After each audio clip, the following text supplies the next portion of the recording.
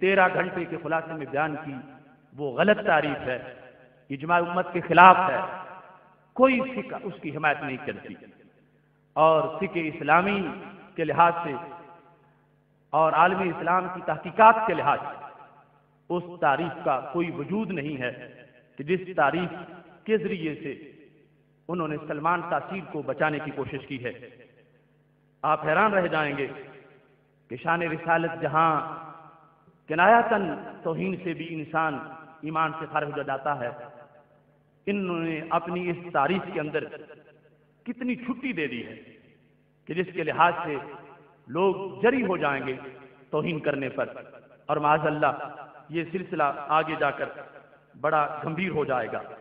اب آپ وہ تعریف سنیں جو 13 گھنٹوں کی بحث کا خلاصہ ہے 18 نمبر پر۔ ایک شکل ہے صرف جس میں گستاخی رسول کا اور کفر کا قول ہوگا، صرف ایک شکل، اور وہ یہ کہ اس کا قول ظاہر یا فعل ظاہر کا ایک ایک کلمہ وہ بھی صریح کفر ہو اور قطعی کفر ہو، اور اس میں کوئی عدم کفر کا احتمال نہ ہو۔ اتنا کلیئر کٹ صراحتاً اور قطعاً اس نے کلمہ بولا ہو، آقا علیہ السلام کا نام لے کر گستاخی کا، یا قرآن کا، یا شریعت کا، یا سنت کا نام لے کر اس کو ٹکرانے کا، گستاخی کا، کہ صریح ہو اور قطعی ہو، اور اس میں کوئی احتمال اور نہ ہو، اور اس کے باطن اور قصد میں، ارادے میں بھی، کوئی نیت میں بھی کوئی احتمال غیر کفر کا نہ ہو۔ جب ظاہر اور باطن دونوں قطعی اور صریح ہو جائیں کفر پر، ظاہر اور باطن دونوں قطعی اور صریح ہو جائیں کفر پر، اور احتمال نہ ظاہر میں کوئی اور رہے نہ باطن میں کوئی اور رہے، تب اس پر حکم تکفیر ہوگا اور اس کو کافر اور مرتد اور گستاخ رسول کہا جائے گا۔ تو یہ آپ نے جو تعریف سنی، اس میں اگرچہ ویسے بہت سی غلطیاں ہیں، لیکن چند چیزیں بڑی قابل غور ہیں کہ انہوں نے کہا کہ وہ جو گستاخی کرنے والا ہے اس کا قول صریح ہو، اور اگر قول صریح نہیں ہوگا تو اس کو گستاخ نہیں سمجھا جائے گا، یعنی جو کنایتاً توہین رسالت تھی جس پر امت کا اتفاق ہے، اس کی وجہ سے بندہ گستاخ ہو جاتا، اس کو نکال دیا۔ اور پھر یہ طے شدہ ضابطہ ہے کہ جب لفظ صریح ہو تو نیت کا اعتبار ہی نہیں ہوتا، تو انہوں نے کہا کہ لفظ صریح کے ساتھ پھر نیت کا بھی ہونا ضروری ہے، اگر نیت توہین کی ہوئی تو پھر گستاخی ہوگی، ورنہ گستاخی نہیں ہوگی۔ ظاہر اور باطن دونوں کے لحاظ سے، ظاہر بھی صراحتاً کفر پر ہو اور باطن بھی اس نیت میں کسی لحاظ سے کوئی دوسرا احتمال نہ ہو، تو پھر جا کر توہین بنے گی، ورنہ توہین نہیں بنے گی۔ تو اس لحاظ سے میں چند باتیں آپ کے سامنے تفصیل سے رکھنا چاہتا ہوں تاکہ پتہ چلے کہ کیسی توہین اور کس انداز کے صورتحال کو جو ہے وہ اپنایا جا رہا ہے۔ میں تو اس پر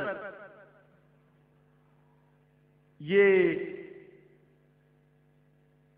بتاؤں گا حوالہ جات سے، ہر لحاظ سے، کہ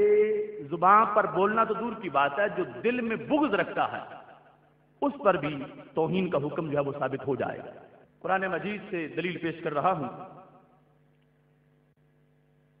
فلا وربک لا یؤمنون حتی یحکموک فیما شجر بینہم،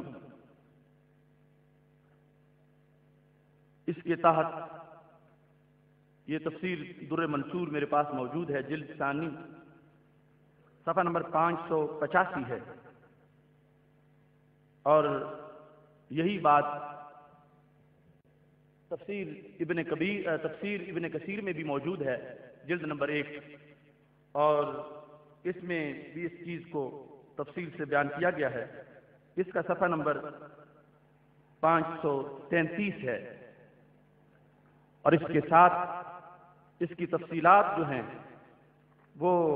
دیگر تفاسیر کے اندر بھی موجود ہیں، جن میں فتح القدیر شوکانی کی ہے، جلد نمبر 1، صفحہ نمبر 125، کہ توہین کیا ہوتی ہے اور گستاخ کیسے گستاخ بن جاتا ہے۔ اس شخص نے یہ بھی کہا کہ جب تمام دنیا کے علماء کا اجماع ہو جائے تو پھر یہ ہوگا کہ اب پتہ چلا کہ توہین ہو گئی۔ وہاں پر معاملہ یہ ہے، وَاخْتَصَمَ رَجُلَانِ إِلَىٰ رَسُولِ اللَّهِ صلی اللہ علیہ وسلم، دو شخص جھگڑا لے کے آ گئے ہمارے رسول صلی اللہ علیہ وسلم کے پاس، فَقَضَىٰ بَيْنَهُمَا، تو رسول اللہ صلی اللہ علیہ وسلم نے دونوں کا فیصلہ کر دیا. فقال الذي قضي عليه، جس کے خلاف فیصلہ ہوا تھا اس نے دوسرے سے کہا ردنا الى عمر بن الخطاب، کہ ہمیں لے چلو حضرت عمر رضی اللہ تعالیٰ عنہ کی طرف. اور یہ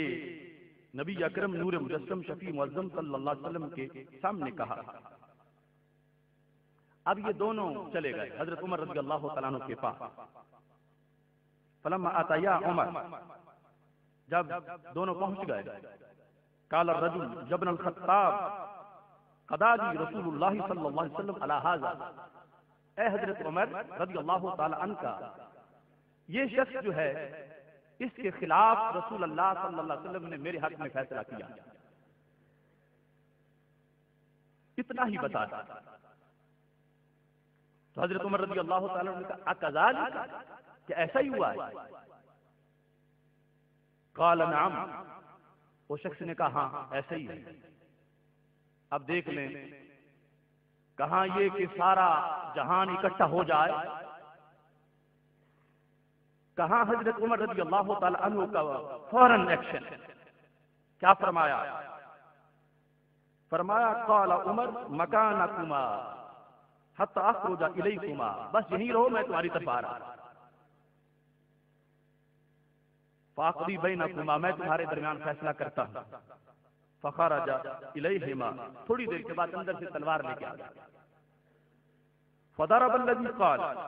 ردنا الی عمر فقتلہ، تو جس نے نبی اکرم صلی اللہ علیہ وسلم کے فیصلے کے بعد حضرت عمر رضی اللہ تعالی عنہ کے عدالت میں جا کر اپیل چاہی تھی اور نیا فیصلہ کروانا چاہا تھا، حضرت عمر رضی اللہ تعالی عنہ نے تلوار مار کے اس کا سر اتار دیا. اب یہاں پر صورتحال یہ ہے کہ اس کے جو ورثاء تھے انہوں نے نبی اکرم صلی اللہ علیہ وسلم کے پاس جا کر یہ کہا کہ حضرت عمر سے قصاص لیا جائے، کیونکہ انہوں نے ایک مومن کو بلا وجہ قتل کر دیا. فقال رسول اللہ صلی اللہ علیہ وسلم ما كنت اظن ان يجترئ عمر على قتل المؤمنین، میں تو یہ گمان نہیں کرتا تھا کہ حضرت عمر رضی اللہ تعالیٰ عنہ کسی مومن کو قتل کرنے کی جسارت کرے، یہ ہو نہیں سکتا. انہوں نے جس وقت بار بار اصرار کیا تو رب ذوالجلال نے آیت کا نزول کر دیا فلا وربک لا یؤمنون حتی یحکموک فیما شجر بینہم. محبوب، عمر نے مومن کو نہیں مارا، عمر نے گستاخ کو مارا. جو تمہارے حکم کے بعد کسی اور کے پاس جائے وہ مومن ہوتا کب ہے؟ اب آیت نازل ہو گئی، قرآن مجید برہان رشید کا فرمان آ گیا، تو حضرت عمر رضی اللہ تعالی عنہ کی تائید میں آیت اتری کہ جو انہوں نے کیا سچا کیا ہے، صحیح کیا ہے. اب وہ تعریف جو ڈاکٹر طاہر القادری نے کی اسے سامنے رکھو اور حضرت عمر رضی اللہ تعالیٰ عنہ کے فعل کو سامنے رکھو. کیا دین اڑ کے ان کے پاس ڈائریکٹ پہنچا ہے یا صحابہ کرام علیہم رضوان ہیں جو سب سے قریب ترین ذرائع سے دین حاصل کرنے والے، اور پھر عرش الہی سے تصدیق ہو رہی ہے جب صراحت کا یہ قول کر رہے ہیں کہ وہ توہین سری الفاظ میں ہو. اب یہاں پر اس شخص نے کوئی گالی تو نہیں بکی تھی، اس شخص نے رسول اللہ صلی اللہ علیہ وسلم